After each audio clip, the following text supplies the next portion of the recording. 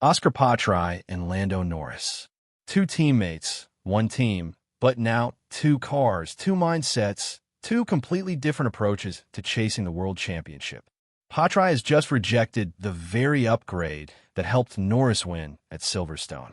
On lap 21, just as the safety car lights went out on the Hangar Straight, Piastri braked hard, decelerating from 208 km per hour to just 51 km per hour in what the stewards called an erratic restart maneuver. Max Verstappen, who was behind him, narrowly avoided a collision and spun in reaction. Moments later, the stewards handed Oscar a 10-second time penalty and 2 super license penalty points, citing Article 55.8 violations. It was the kind of ruling that left the paddock whispering and fans openly furious. Suddenly, a race that had seemed well in hand slipped through his fingers. Not because he lost performance, but because the rules got involved.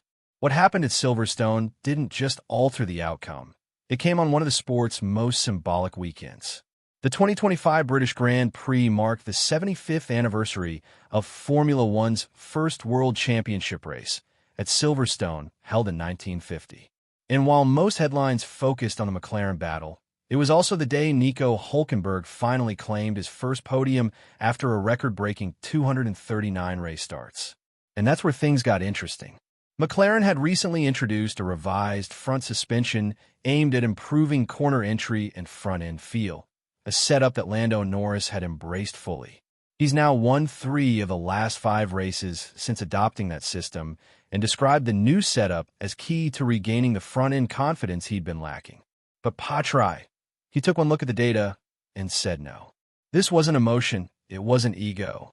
It was a calculated decision from a driver who understands exactly what's working for him. His driving style is smooth, precise, and less dependent on aggressive rotation.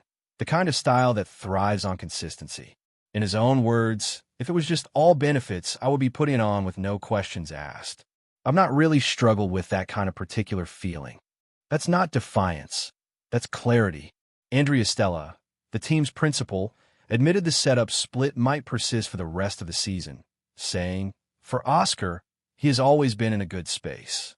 There's a chance these differences will persist for the remainder of the season, and McLaren is backing it despite the operational cost."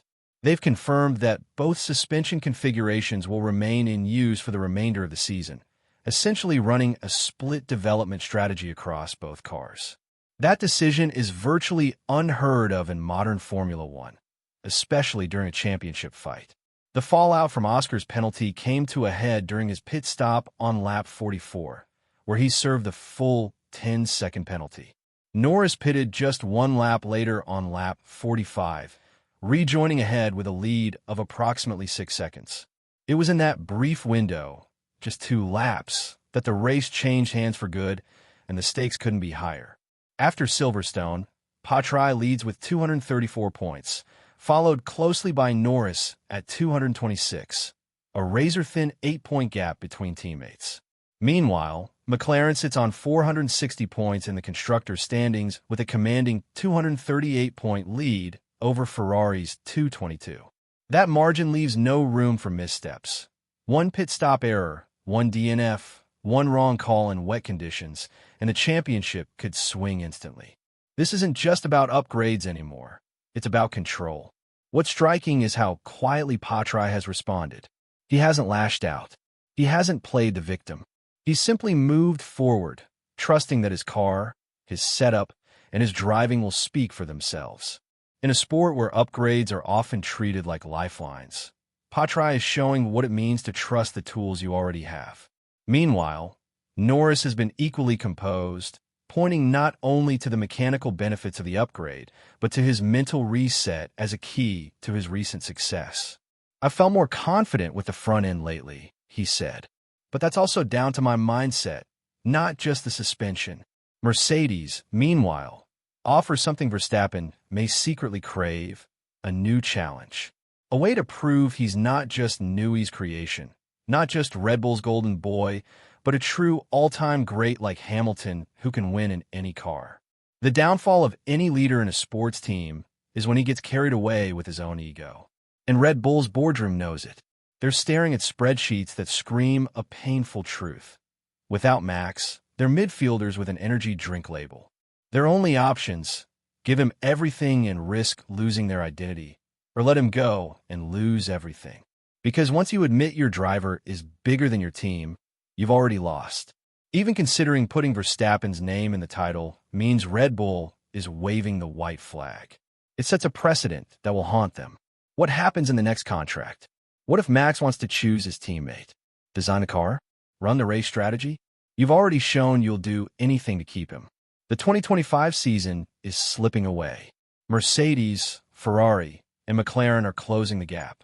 Red Bull, once unbeatable, now looks confused. They built their empire on rebellion, on swagger, on being different. But now, they're not leading the revolution anymore. They're panicking. Resilience is what separates winners from losers, and the sport is watching closely. Red Bull's desperate offer isn't just a headline, it's a warning sign.